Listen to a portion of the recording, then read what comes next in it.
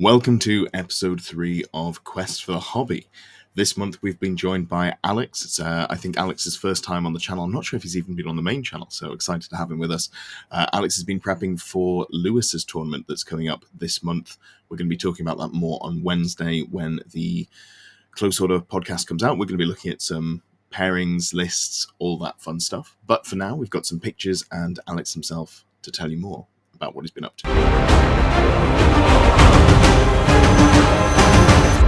Hi guys, it's Alex here for my debut on the 6++ Old World channel. Now, I have been working on my Ogre Kingdoms army, and this is in preparation for Lewis's Saffron Slam event coming up in a couple of weeks. Now, I am very behind on this painting. I have had lots of opportunities to get started with it, but just haven't done so. I've had the army built for a while. I haven't got some games in, but looking to get those in.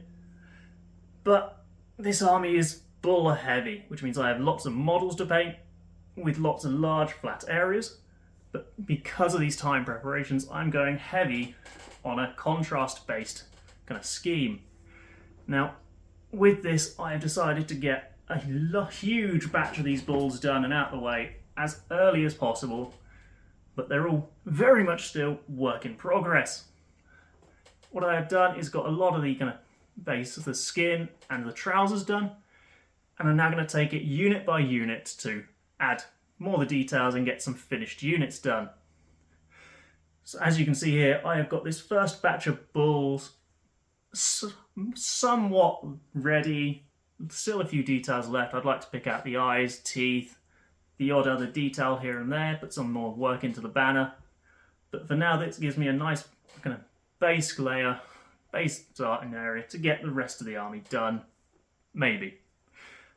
So I'm looking here for kind of ragtag mix of colours, but loosely brought together by the unifying yellow, which as a nice bright colour should help the army stand out on the tabletop, and is a colour I haven't done too much work with myself, so it'll be nice to kind of just do something a bit different. Now, I'm hoping to finish this first unit up in the next few days and move on to the rest of the army, get it as painted as I can. But I don't think I'm going to have it finished in time for Lewis's event. Thankfully though, this first one has no painting requirements. I would be open to recommendations for this army. I've not finalised a basing scheme. I would like to be able to use it for both Age of Sigmar and Old World, and so would like to have a nice mix between the bases. But that would be it from me for now, and I look forward to seeing you in another update video. Hello everybody, and welcome to my update for Quest for the Hobby for June for the Vampire counts. As we spoke about on the main show last week, I have now fully built my 2,000 point army, which is a really good step forward. So we've got 50 skeletons built, 20 Graveguard, Necromancer, my White Lord, Tomb Banshee, the Vampire Lord on Zombie Dragon, Terrorgeist, a couple of units of Direwolves, and some Blood Knights. So it's been really good to kind of get everything out and see it all laid out on the table, and obviously get the game in that I spoke about the other night. Painted another 5 skeletons this month, which has taken me up to 35 complete, alongside the 10 Graveguard, which are also done. This means we're now over halfway done with all of the infantry, which I feel like is a good milestone to reach, and just allows me to put things in perspective, especially now it's all built and you can see it all laid out there. With over half of it done, there's more painted models than there is grey plastic, which always feels like we're making progress. I've also finished my White Lord Battle Standard Bearer. Just wanted to do this as a little bit of a palette cleanser after I finished the last 5 skeletons. Just trying to jump between some infantry or some of the smaller models, and then spending a bit more time on a character. This is quite a heavily converted model, as you can see. It's got the Soulblight Gravelord's Vampire Lord mini, the one with all the crazy hair with the bats in the hair. It's got that model's body, legs, and right arm and weapon. I've then attached a head from the Graveguard kit, which is one of the Seneschal heads. I really wanted to go for one that's got kind of the really like the big kind of crest on either side of the helmet, so really kind of make the White Lord look quite imposing. It's already a bigger model than Skeleton, so the Vampire Lords tend to be quite tall in comparison to the infantry that they're standing with. So he already stands out amongst the squad. But yeah, I just wanted the helmet to look particularly impressive. And then I've taken the banner from a Night Haunts kit, the Craven Throne Guard. I was literally standing in our local game store here in Saffron Walden, just kind of looking at all the different undead kits, looking at some of the other Age of Sigmar and Old World kits that had banners in them, thinking, do I really want to spend 40, 50 quid, 30, 40, 50 quid on a box of models just to get one banner? Because the Graveguard banner is okay, but it's bigger than the skeleton banners, but he's going to be in the Graveguard unit, so I didn't really want two of the same banner in the same unit. So I was like, I'm going to have to find a different banner somewhere. But the Craven Throne Guard kit was a bit of a smaller kit, so it was about 30 quid, I think, to pick that up and get the banner. And as we'll come on to, I've also used that kit for another model as well. Really, when it came to building this, it was just swapping out different pieces, mostly, but I needed to shave down the kind of armoured lapels on the Vampire Lord kit to make the head fit. I think the Vampire Lord kit's got quite a small head that kind of just slots in the armour, whereas the Graveguard head is much larger. So I needed to kind of smooth off the collar area to make the head go on okay. And that does mean kind of taking some of the kind of the flare off the collar, but actually I think I prefer it like this now, when compared with having a head kind of sitting within the armour piece. And had to do a little bit of repositioning on the left hand so it looked like it was gripping the banner properly. So just kind of like cutting it off at the wrist and then spinning it round and then attaching the two ends of the banner either side of the hand. This just means that it looks like he's holding the banner properly rather than having it kind of upside down in his hand. So yeah, I think it's come together really, really nicely. I've used red on the banner just to kind of make it stand out from the other banners. So my Graveguard banner is blue, and then both of the skeleton banners are also blue. So the majority of the army is kind of a blue and a silver, as you can see from the images of the skeletons just before.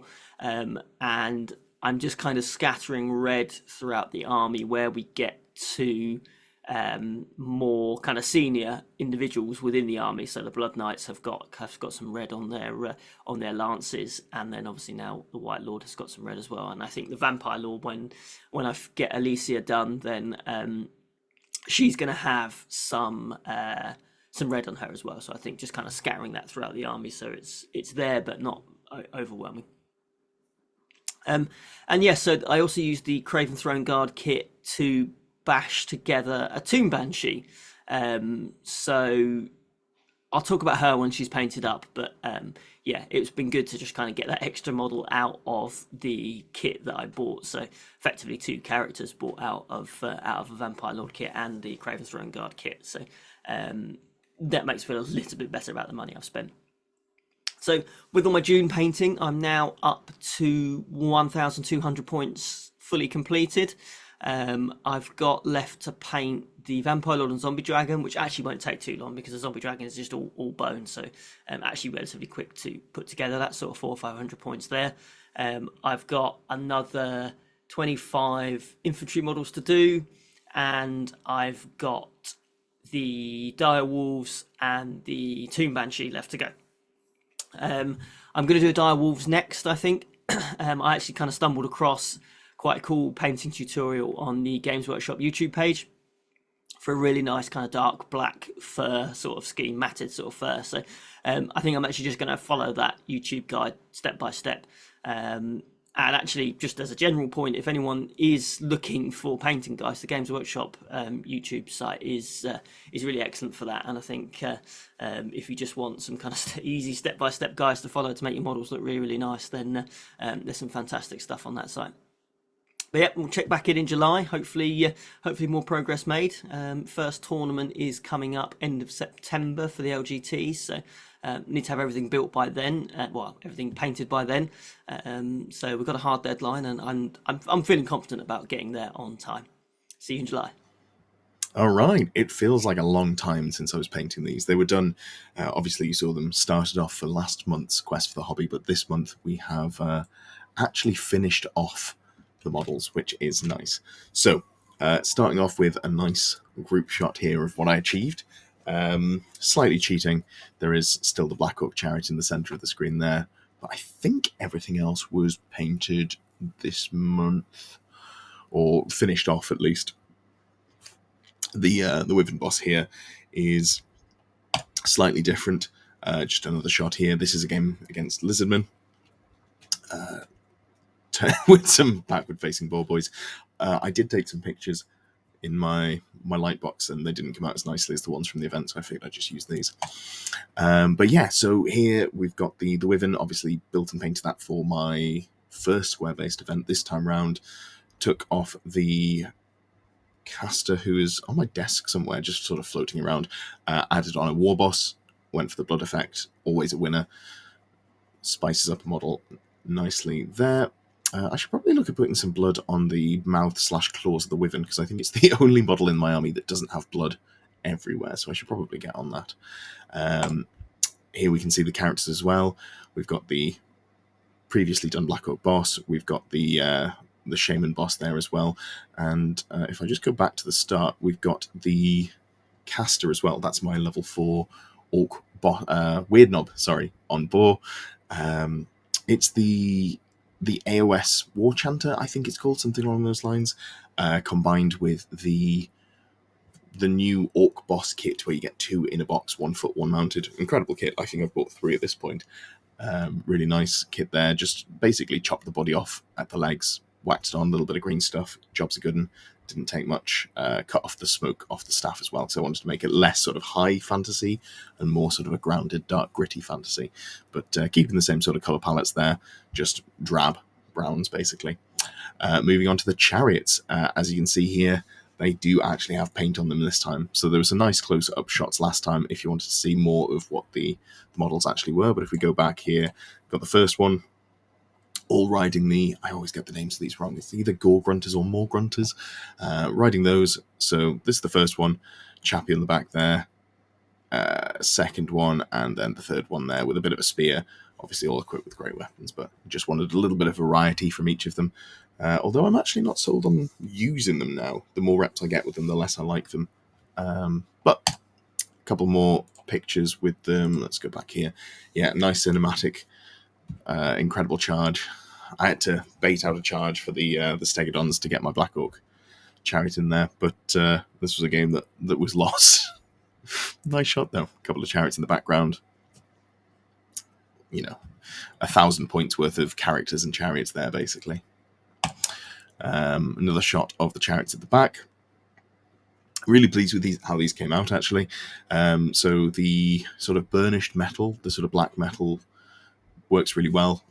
Super easy to do. So just paint black, dry brush grey, sponge on silver, nice and easy. Then wash with brown afterwards, just tie it all together. But very pleased with how easy it is for how well it came out. Same shot there. See some ball boys in the background. And yes, here we go. We've got some shots of the other models. The backs of some ball boys and goblins, and let's have a look. Yes, there we go, the ball boys. So the ball boys, pretty happy again with them for how easily they turned out.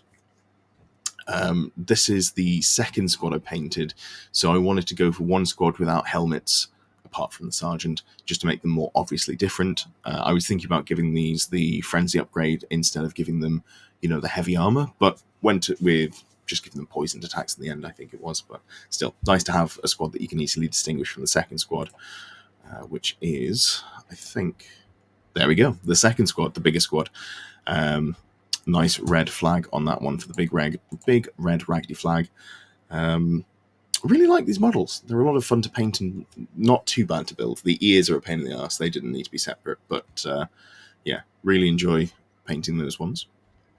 Speaking of really enjoying, this was the best picture I took all event of the Wolf Riders, so they should be ranked up in a 3 by 3 ranks wide, 2 ranks deep, because they charged Ed Milton's Wizard Lord on Pegasus there. Turns out they didn't want to stay on the hill, so we got this hilarious mashup. But yeah, really nice models. I don't think the pictures that you get on the website do them justice. I think with a bit of a more modern paint scheme, they pop a lot better than I thought they would. Yeah, really happy with them. They were, again, really fun to paint. It's the sort of thing where contrast really speeds up bulk painting. But yeah, those are the models I have there. It doesn't feel like I've actually done any hobby this month because I did it so early in the month. I have started off painting some more models. I've got some Skaven on my desk at the moment, but you'll have to wait until next month to see that one. Thank you for watching. If you haven't already, there's a link to subscribe over here. I really appreciate the support I've received over the last few months, and I'm looking forward to improving the channel and bringing you more content as the months go on. Down below are all the links. There's the Element affiliate link, all of our links to Discord, the 40k sister channel, everything else that we're doing down below. And on this side, there's another video. You don't have to click it, but you could. You could click it.